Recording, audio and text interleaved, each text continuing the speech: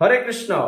ভক্তরা মাতাজিরা, এই যে ভগবান শ্রীকৃষ্ণের দ্বিতীয় চাতুর্মাস, যেটা ভাদ্র মাস, এই মাসের প্রথম কৃষ্ণপক্ষী একাদশী, যেটা ব্রহ্মবৈত পুরাণে অন্নদা নামে প্রসিদ্ধ, ভগবান শ্রীকৃষ্ণ এবং যুধিষ্ঠির মহারাজ সংবাদে। তাই সেই একাদশীটা আপনারা কবে করবেন?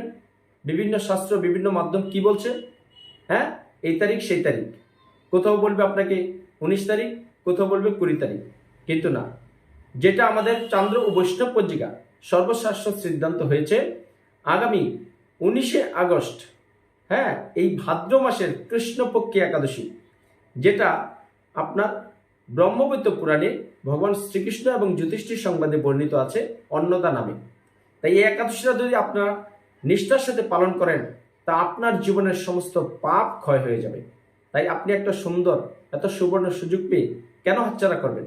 তাই আসুন না, আমরা, আপনারা, পরিবারের বন্ধু বান্ধব, আত্মীয় স্বজন সবাই মিলে সামাজিক যে আমরা অনুষ্ঠানগুলো করছি, তার চেয়েও অধিক আনন্দ সহকারে এই ভগবান শ্রীকৃষ্ণের জন্মাষ্টমী মাসে ভগবান শ্রীকৃষ্ণের এক্সট্রা কৃপা পাওয়ার জন্য, জীবনের সমস্ত পাপ ক্ষয় করার জন্য আমরা অবশ্যই এই হৃদয়ে কৃষ্ণ চেতনা, কৃষ্ণ ভাবনায় জাগ্রত হয়ে আমরা আগামী 19শে আগস্ট আপনার মঙ্গলবার আনন্দ সহকারে ভগবান শ্রীকৃষ্ণের ভাদ্র মাসের কৃষ্ণপক্ষী একাদশী অন্নদা আমরা সবাই পালন করব এবং আনন্দ সহকারে পরের দিন নির্দিষ্ট সময় পালনা করবেন।